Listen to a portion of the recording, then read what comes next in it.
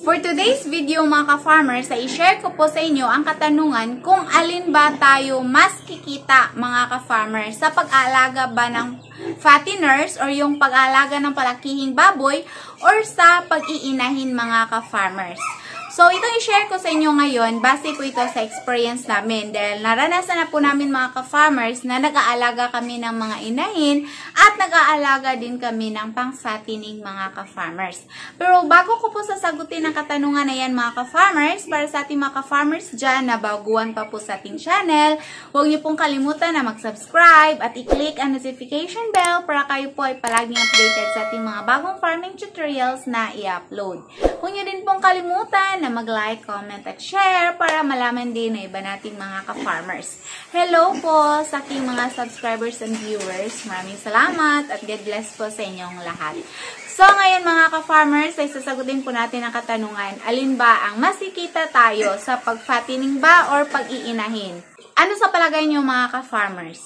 So, sa amin mga ka-farmers, silang dalawa, ay kikita naman po tayo. Pero dito sa pag-iinahin mga ka-farmers, ito yung problem kasi kung mag-aalaga tayo ng painahin, usually kasi bibili tayo ng biik muna dahil mas mura.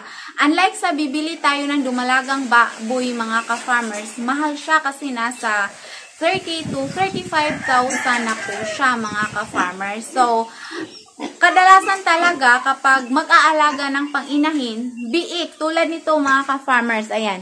Meron ako ditong isa, si Ara. Ayan.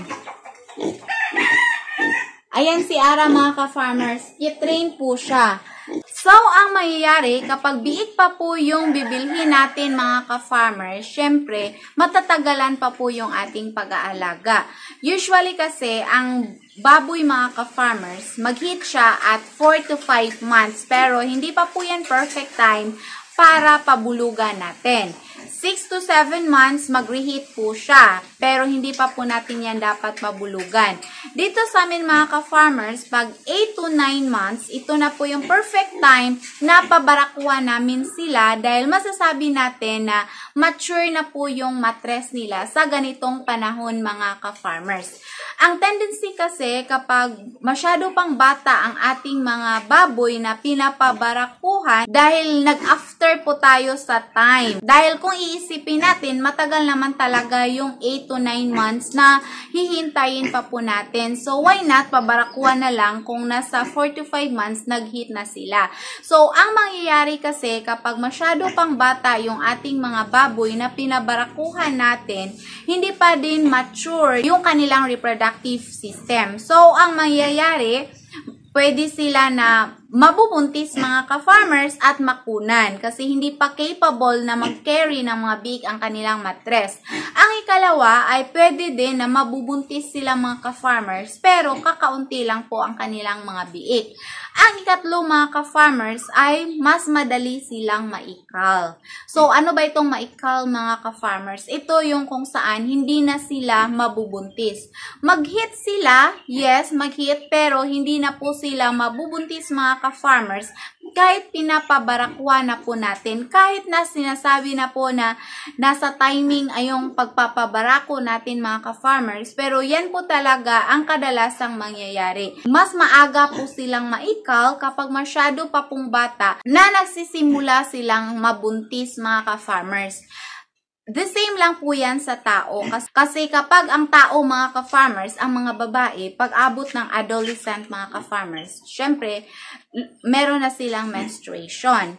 So, pag early po yung menstruation nila mga ka-farmers, early din yung menopausal nila. The same sa baboy, kapag masyado pa pong early na pinabarakwa natin sila mga ka-farmers, parang na-forced lang po yung matres nila na mangyayari ang pagbubuntis. So, ang mangyayari dyan, posible na mas madali silang maikal. Anyway, yung baboy mga ka-farmers, dapat manganak po siya sa malalaking farms, 5 to 6 na parities, i-dispose na po nila. Pero tulad kasi dati na mga backyard hog raisers lang po mga ka-farmers, so hanggang sa kaya pang manganak ng inahin, papaanakin pa po natin yan. That's reality po para sa ating mga backyard hog raisers. I know there are some na magsasabi na hindi naman kasi Dahil mga 5 to 6 na panganak ng kanilang mga baboy, dinidispose lang po nila. Pero minsan lang po yan mangyayari kapag backyard hog raiser mga ka-farmers. Kasi experience din namin yan. So, hinihintay po talaga namin na hindi na capable na manganak yung aming mga inahin. So, yan po ang isa sa disadvantage kapag naiinahin mga ka-farmers. Matagal po nating makikita yung ating income. Kasi magpapalaki pa po tayo ng baboy. Kapag galing sa biik mga ka-farmers, bibili pa tayo ng biik at papalakihin pa po natin hanggang mag 8 to 9 months, tsaka pa po siya magbubuntis. Then, kung mabubuntis siya, maghihintay tayo ng 3 months, 3 weeks, and 3 days. So, that is almost 4 months. Then, meron pa tayong 1 month, kung manganak na siya, meron pa tayong 1 month na iwawala yung ating mga biik. So, halos mag 5 months din mga ka-farmers. Kaya yung isang baboy, yung normal talaga na cycle sa kanya ay manganak siya at least twice a year. Kasi merong mga baboy na after maiwalay ang kanilang mga biik, hindi po sila mag-reheat agad.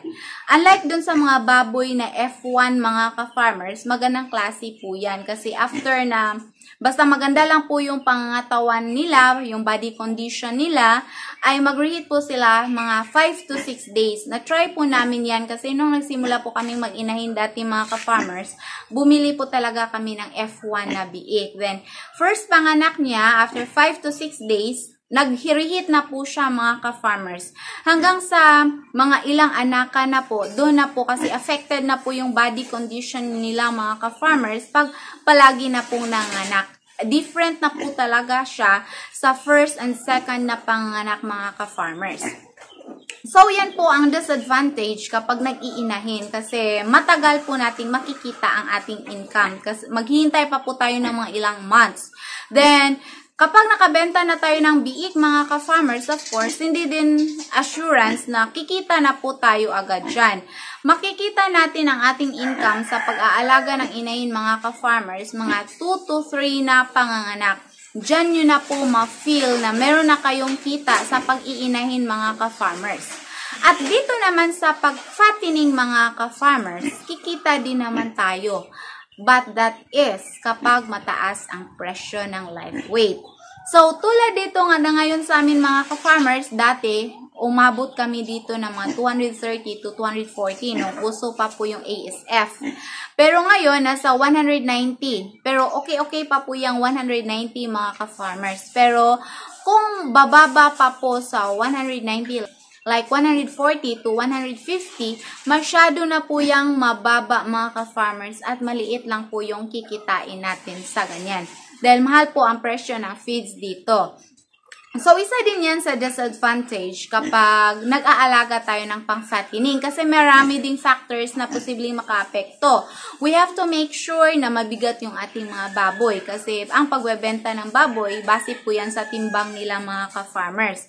So, kailangan talaga na mag-invest tayo ng magandang feed sa kanilang mga ka-farmers. Kailangan tayo magbigay ng mga vaccines para maiwasan na magkasakit sila, mga vitamins, purga, mga ka-farmers, magaganyan po. Para maganda po yung paglaki ng ating mga baboy. So, isa po yan sa dapat nating gawin kapag mag-fattening tayo para kikita lang po tayo mga ka-farmers.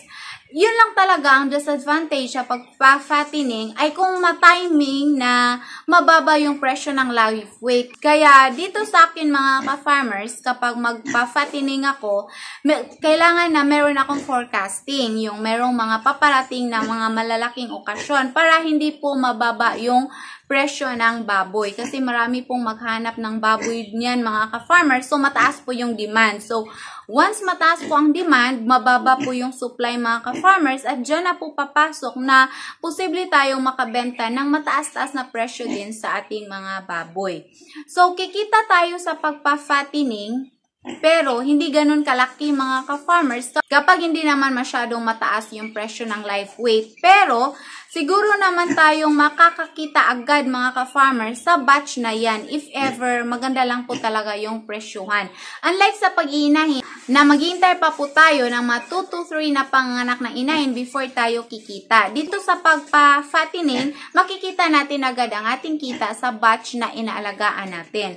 Kaya dapat mga ka-farmers na kapag nag-alaga tayo ng pang-fattening, mag-alaga po kayo ng at least 10 heads para sigurado po na makikita nyo yung income ninyo na malaki-laki. Pero yung sa akin mga ka-farmers, 3 lang po sila, kumikita naman po ako, pero hindi naman ganun kalaki mga ka-farmers. Nasa 1,500 each po siguro yung income ko mga ka-farmers. That's why I prefer na panglitsunin po yung ibinibenta ko kasi the same lang po yung kikitain ko mga ka-farmers at mas madali ko po silang ma-dispose at hindi sila matrabaho. So, unlike po dun sa mga malalaki ng baboy mga ka-farmers na hassle din siya kasi ang dami ko pang gagawin, yung pagpapakain at minsan sinisira pa yung aking kulungan mga ka-farmers kaya kailangan ko pang i-repair then kapag wala dito yung asawa ko so I have to do it on myself.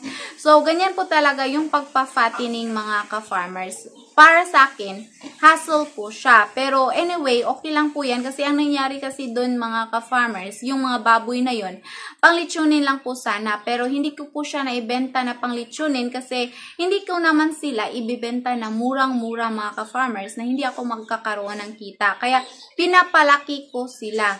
So, okay naman siya sa akin mga ka-farmers kasi kahit pa paano, kumikita naman ako.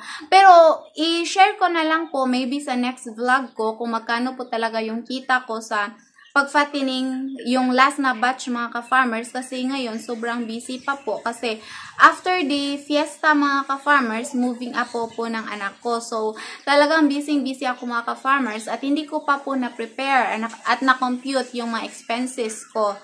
So, kailangan pa po natin yung i-compute lahat, yung sa feed, sa vitamins, mga miscellaneous expense, mga farmers, purga, mga ganon. Yung sa antibiotic, I think wala akong nagastos sa antibiotic mga ka-farmers kasi hindi naman po nagtatai or nagkakasakit yung mga baboy na yun. Maganda po talaga sila. So, ganyan po mga ka-farmers. So, depende po talaga sa hog raiser kung saan niya mas prefer. Pero kung sa akin mga ka-farmers, mas mabuti na mag-iinahin po kayo. At kung meron kayong hindi mabenta na biik, yan po ang gagamitin ninyo na pang-fattening. Or pwede din na kapag meron ng anak ang inyong inahin at gusto ninyo mag-fattening mga ka-farmers, pwede po na yun po ang gagamitin ninyo na pang-fattening. Kasi yan naman po ang ginagawa talaga ng karamihan. Nag-iinahin sila para meron silang mga pang-fattening. Kasi mahirapan din kayo maghahanap ng mga magagandang biik mga ka-farmers. So, yan lamang po din. Kung meron kayong exist na mga biik, yan po ang pwede nyong ibenta sa inyong mga kapitbahay, sa mga kilala, or sino-sino na gustong bumili ng mga biik mga ka-farmers. So, yan lamang po mga ka-farmers. I hope na nasagot ko po ang katanungan at nagkakaroon po kayo ng bagong kaalaman. Lalo na po sa ating mga kapatid na gustong mag-alaga ng mga baboy mga ka-farmers kasi maganda naman talaga ang negosyong babuyan. So, I hope makatutulong po sa inyo ang video ito. Huwag niyo lamang pong kalimutan na mag-subscribe at i-click ang notification bell para kayo po ay palagi updated sa ating mga bagong farming tutorials na i-upload. Huwag niyo rin pong kalimutan na mag-like, comment, at share para malaman din na iba nating mga ka-farmers. Thank you for watching. Happy farming. God bless everyone. Bye-bye.